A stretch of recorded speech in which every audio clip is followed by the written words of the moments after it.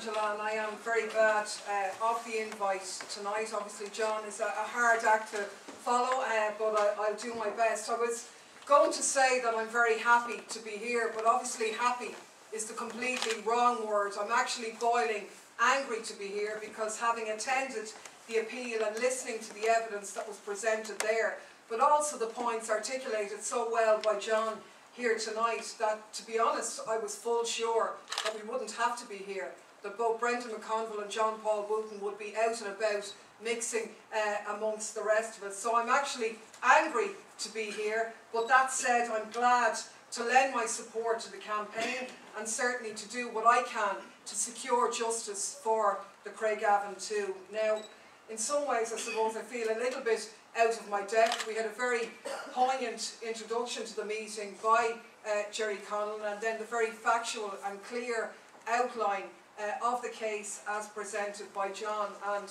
I'm sure that probably many of you are friends and family of Brendan and John Paul, our political associates and so on, and are probably quite familiar with some of the details, probably way more familiar with the details than I would be, as I don't fit in to those categories. So I suppose, why am I here? And maybe to deal a little bit with that. And I suppose the short answer to that question is that what happens in this case matters. And it matters way more than the significance on those two individuals and their friends and family. It matters because it matters to all of us. It's about really the way in which our society is organised and the type of society that we want to live in. Because if you tolerate an injustice and a miscarriage of justice in anybody's case, then tomorrow it could be me, it could be you, it could be anybody else. So any conscientious citizen really has an obligation to speak up. It's the well-coined phrase, if you like, of the judicial system that you often hear, that it's really better that 10 guilty persons would escape than that one innocent person would suffer. And I firmly believe in that, and I think all of us would agree that it's in our interest to ensure that everybody, no matter what they're accused of, is entitled to have a fair trial, or a trial before a jury of their peers, to have their case presented, to have evidence presented, to have that evidence cross-examined and tested, and of course to be considered innocent until proven guilty.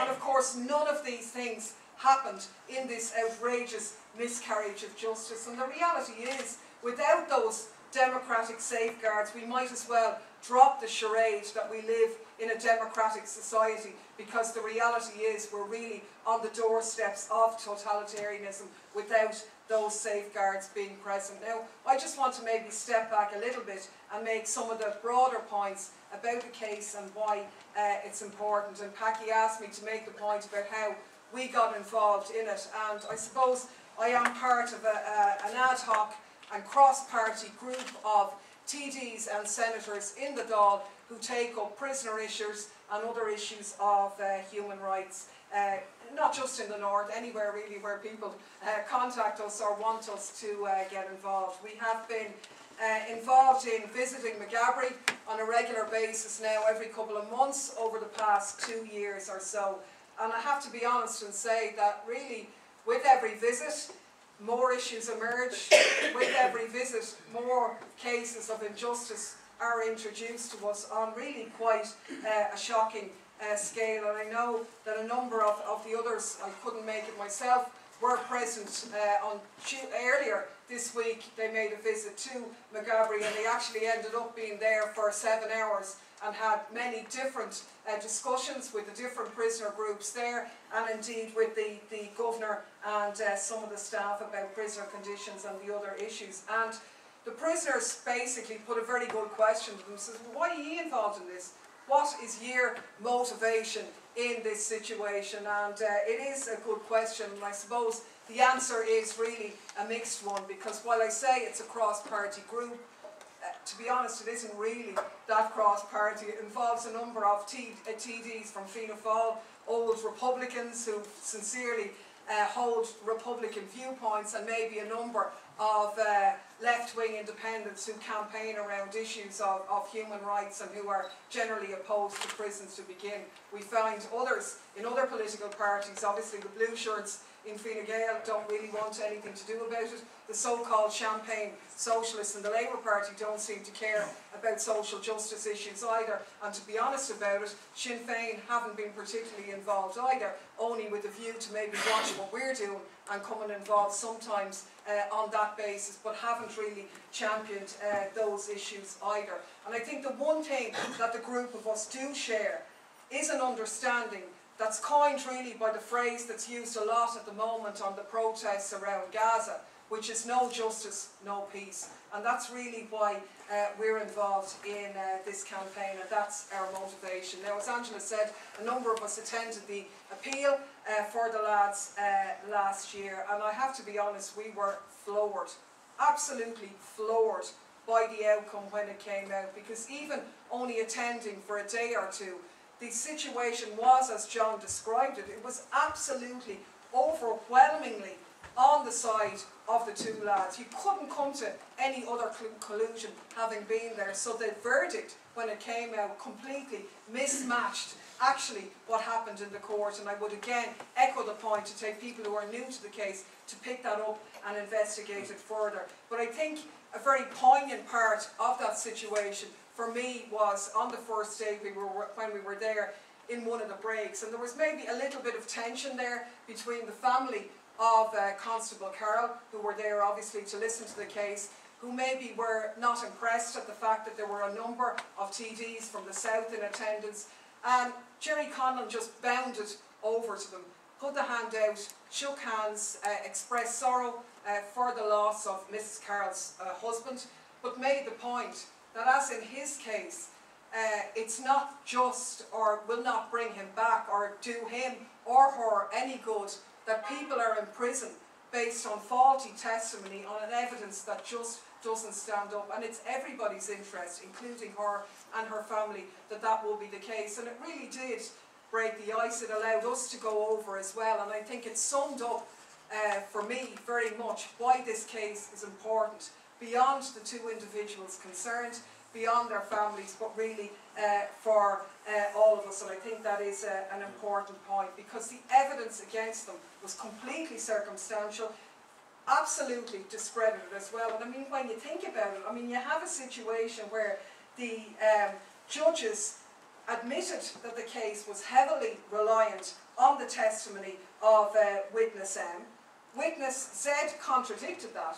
That didn't seem to count, even though he was a much more credible witness than witness M, who'd been discredited. So witness testimony was enough to convict them, but witness testimony wasn't enough to win the appeal, even though the evidence was a lot stronger. It was actually quite incredible. And I think obviously the points, and there's a lot more to it than was touched on with John, but the intimidation of witnesses, the intimidation of the legal team is an absolutely huge cause for concern, and I think it has to be exposed and it has to be taken up. Now, I think John has given people the ammunition, if you like, and the arguments as to why this case is faulty, and really the responsibility is on the rest of that, us now, to pursue that and run with that and try and make the most of it, because I think while it is a very, very serious injustice, it's not unique to the situation here, and there's a bigger fight, if you like, to be had, because at the heart of this case really is a police force who were responding to pressure, who were responding to a sort of a media frenzy about the killing of the first PSNI constable since the Good Friday Agreement, the same type of media frenzy that egged on the conviction of the Guildford 4 and the Birmingham 6. Somebody had to be got for this, and sure, any old Republican will do. And if they're from the area, grand, sure, we might as well take them, and sure, that evidence is as good as anything else. And that really is what happened here. And sadly, that situation isn't just confined to Northern Ireland. I don't have time to go into it, but there's a very prominent case that hit the headlines, even though it's been going on for a long time, in the south over the past year, which is the case of Ian Bailey, who is an English journalist who lived in West Cork, and who was, if you like, fingered, or the Gardaí decided that he was the responsible for the murder of French film director Sophie Toscan-Plantier in West Cork 18 years ago. They decided he was guilty, and then they went out to try and find the evidence to show that he was. And in that case as well, witness testimony was absolutely critical. Now, I think we should say that as early as 1976, witness testimony alone has been massively discredited. The whole area of the Devlin report recommended that nobody should ever be convicted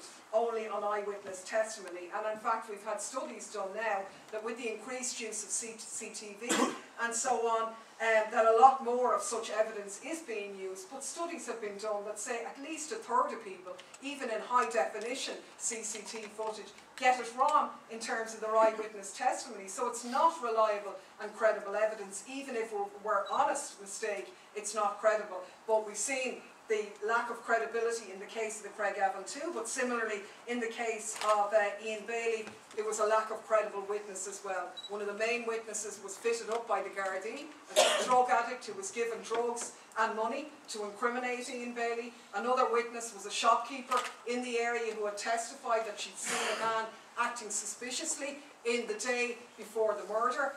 She was encouraged by the Gardaí to say that that person's description matched Ian Bailey's. Sometime after that, she was in an area, a remote area, with a man who wasn't her husband, saw the same man again and had a bit of a dilemma. Would she tell the guards and compromise herself, or what would she do? So she made an anonymous call and said she'd seen the same suspect again. They tracked her down, and because she was saying he was a completely different person than Ian Bailey, a much smaller man, they literally made that woman's life hell. So witness testimony and tampering with witness evidence is not confined to the North, but it is part of a bigger problem of how the state is organised and the lack of justice that takes place. I haven't got time to go into the details, but ironically enough, that case has been instrumental now, 18 years later, in unravelling a whole other side of Irish society. You now have a commission of inquiry into illegal tapes being held in Garda stations, prisoners' phone calls being tapped by the state and so on as a result of that case and some of the discovery that came out of legal documents in that case. So I suppose the point I'm trying to make is that there's no such thing as an individual miscarriage of justice. It isn't that. It's absolutely intrinsically linked with a far greater malaise inside the system itself.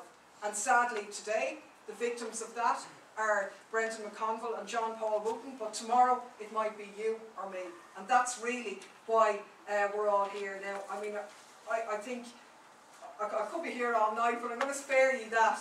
What I will say is one of the key problems as well with this case, as far as I'm concerned, is the whole use of non-jury courts, which is increasingly a problem also in the South, with the extended use of the Special Criminal Court. And ironically, you've had the United Nations Human Rights Council periodic review in the last number of months, which absolutely slated Ireland in terms of its human rights record. But they have been on the record as saying there should be no special criminal court, there should be no non-jury trials anywhere. And I think all of us would agree with that. I've used cases before that we've been involved in the South of people just being incriminated on the basis of the belief of a senior Garda.